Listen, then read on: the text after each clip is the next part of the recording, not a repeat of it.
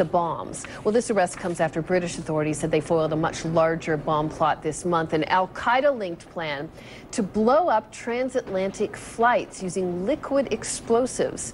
Well, to talk more about the fallout from these alleged terror plots is counter-terror expert DR.Barak Ben Zur. He is a visiting fellow at the Washington Institute and also a former colonel, I understand, in the Israel Defense Forces. Thank you very much, Doctor, for being here. You're welcome.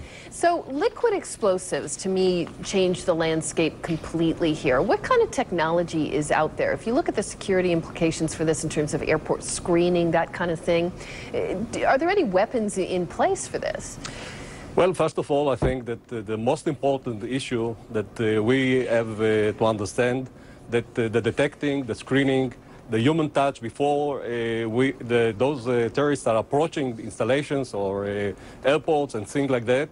The most important issue is the intelligence circle is dealing with the prevention.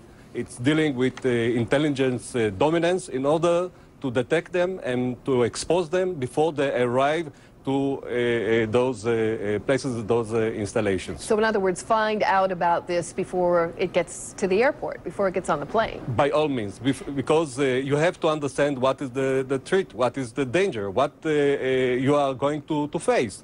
In order to that, you have to prepare your facilities, your defense shield, and the other procedures of defense. Of course, the defense and the all procedures that you are using to detect them, once they are arriving to the airports and the civilian installations, it's the last frontier. Yeah. And of course, it's almost something that can get through. There's some talk about some of the new technology, though, these puffer detectors we've heard about, where they can actually look at, sort of take a look at a person's body and somehow detect any type of explosives on them. Do those work for liquid explosives as well, or do you know? Well, liquid explosives were used in the past. One case that I recall, it's when a I.S.A member was captured in Germany in January 1987, trying to smuggle explosive of this kind, and he was exposed and interrogated and so on. It's not the first time, it was in the past. In this case, as I understand, they were about to use TATP. And they tried to compose the 3-ATP from 3 different not dangerous liquids to dangerous explosive on the plane. But of course, nowadays, there are a lot of facilities and equipment that can detect explosives.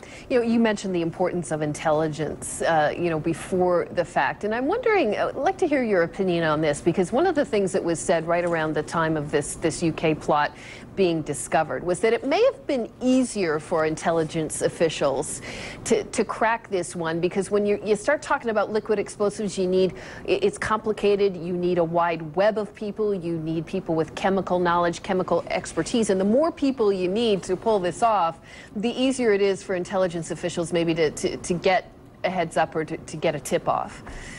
I think that first of all, the scope of this plot, it's not because they were needed to compose and to assemble the explosive. The scope of the plot, it's because they wanted to carry out a huge and very deadly terror attack. This was the main idea. And the preparations, I think, that were more than 1 year. And this, of course, it's an advantage for security services to check, to follow, and to put surveillance on those elements that are about to carry out those terror attacks. Understood. DR.Barak Ben Zur, thank you for your thoughts. I appreciate it. You're welcome. All right, join us this Thursday. We are going to